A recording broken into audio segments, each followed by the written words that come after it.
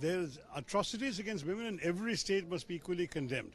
But Manipur is not only about that. That's terrible what happened in Manipur for the women, but it's also terrible things are happening to others. 55,000 people have been displaced from their homes. We're looking at 149 people whose lives have been lost. This is not a small matter. There is supposed to be ethnic conflict, communal conflict, churches are being attacked and desecrated. We've had all sorts of problems. There is a bigger issue to discuss. You can certainly talk about other states if you want to, but the other states have not had any of these situations. Nor have they had a situation where an IPS officer resigns about the drug trade, saying the drug trade is being protected by people in power in the state. It's a very serious set of issues in Manipur. Whatever happens in Rajasthan or Chhattisgarh or any other state in the country is not comparable to what we are seeing in Manipur these days. It's a big tragedy facing the nation. So what about the black dress? The black dress is a symbolic protest. All the India MPs, India Front MPs, have decided to come together in black today. And as you know, even a few who didn't have black shirts are wearing black armbands. The idea is to signify a strong protest. There is darkness in the country, darkness in Manipur, so we should show darkness in our clothes also. But sir, disruption is still going on. Is it not clear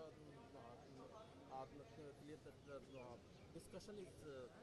No, look, I do believe in many ways that the opposition loses out when there is disruption, because we are the ones who want to question the ministers.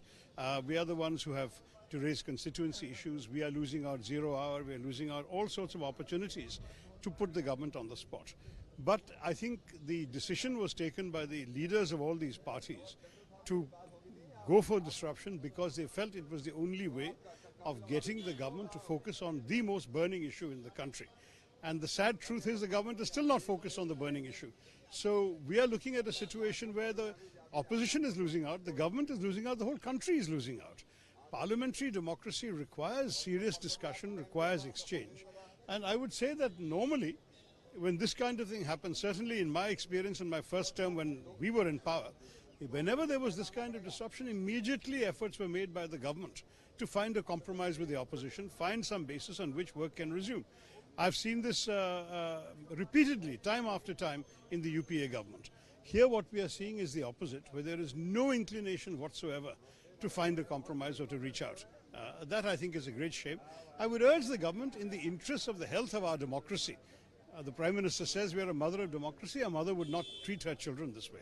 Sir, Prime Minister is very much confident that people will give a third chance. Look, the elections are still some months away. When the time comes, we will see.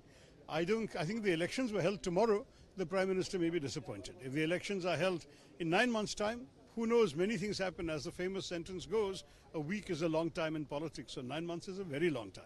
But as of today, I don't think the government is doing very well. Thank you so much, sir.